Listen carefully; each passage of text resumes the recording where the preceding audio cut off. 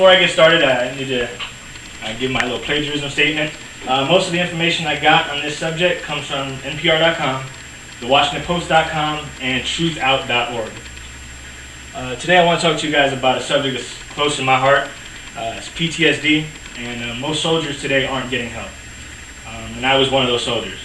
I did 4 tours in Iraq, bombed more times than I know, took more mortar attacks on my father than I could count. I came back from all my deployments, didn't talk about any of my deployments to anybody. Most soldiers do. And I was just trying to deal with it on my own. And it was kind of building up. And I got out of the Army about a year ago. And when I went to see my VA counselor, she saw that I was deployed 4 times. And she said that you have PTSD. I told her, no, I'm good. I'm dealing with it on my own. And she goes, no, I want you to see a PTSD counselor. So she made me an appointment to see a PTSD counselor, and within days, she had me seeing a psychiatrist because they diagnosed me with post-traumatic stress disorder. Excuse me, I skipped a slide.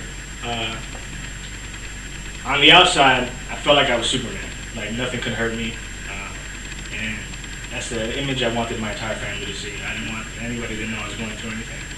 On the inside, I was a ball of anger. And slowly but surely, all that started coming out. I started yelling at the kids for no reason, losing it, flipping out. And that's one of the common symptoms of PTSD. I was not able to sleep. When I did fall asleep, I'd sleep for an hour or 2, wake up, stay up for about another hour, finally fall back to sleep, and I'd repeat the cycle a couple times a night. Like I said, I had the anxiety, and it's the common symptoms of PTSD are sleeplessness, anxiety, anger, and a sense of isolation.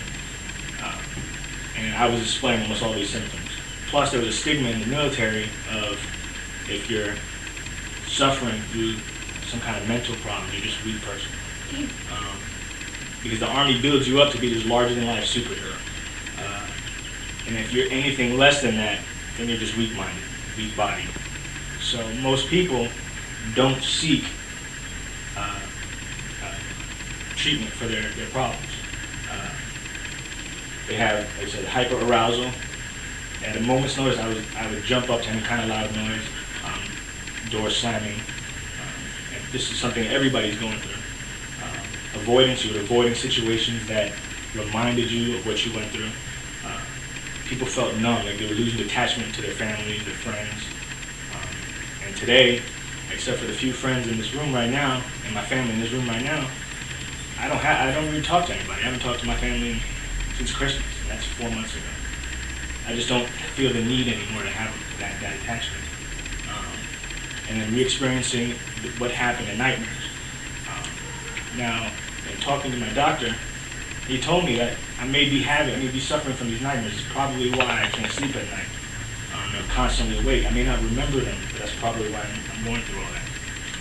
Now, PTSD was actually first treated during the Civil War.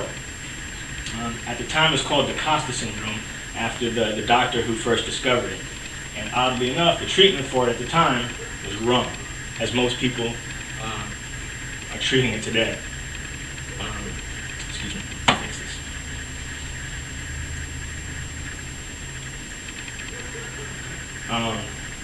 At the time, they called it, and during World War I, they called it shell shock. During World War II, it changed to effort syndrome. Then it became combat fatigue, then post-Vietnam syndrome, and what we call it now today as PTSD. Now, 60% of soldiers don't get treatment for their problems. Of the remaining 40%, 35 seek it through military, and then 5% seek it through civilians. As you can see up here, the first statistic up there is the biggest issue. Only 12 to 18% of returning vets meet the criteria for PTSD. The VA is actually trying to combat that now because they know more soldiers are going through this.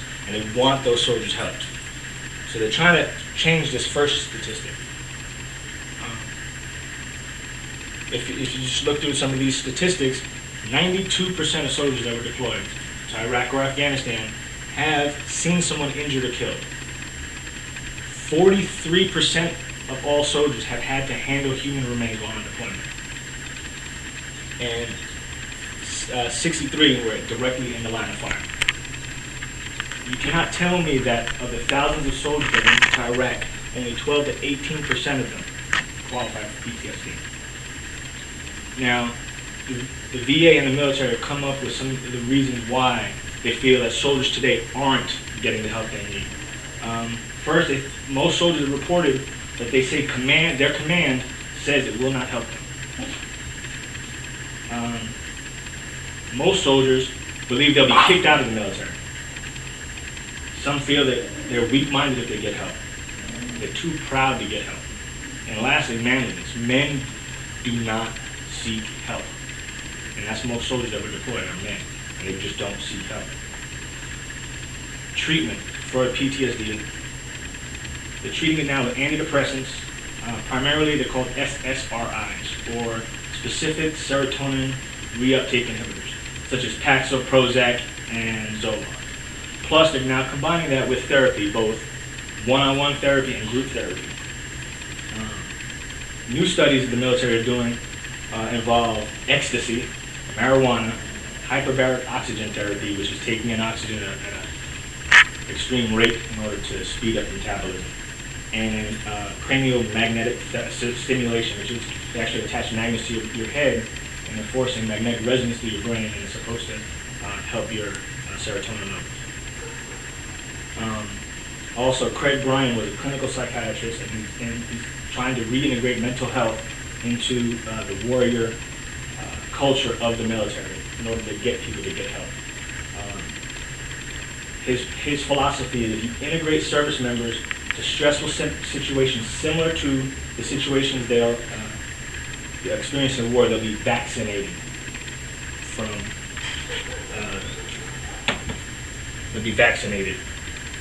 this. Now,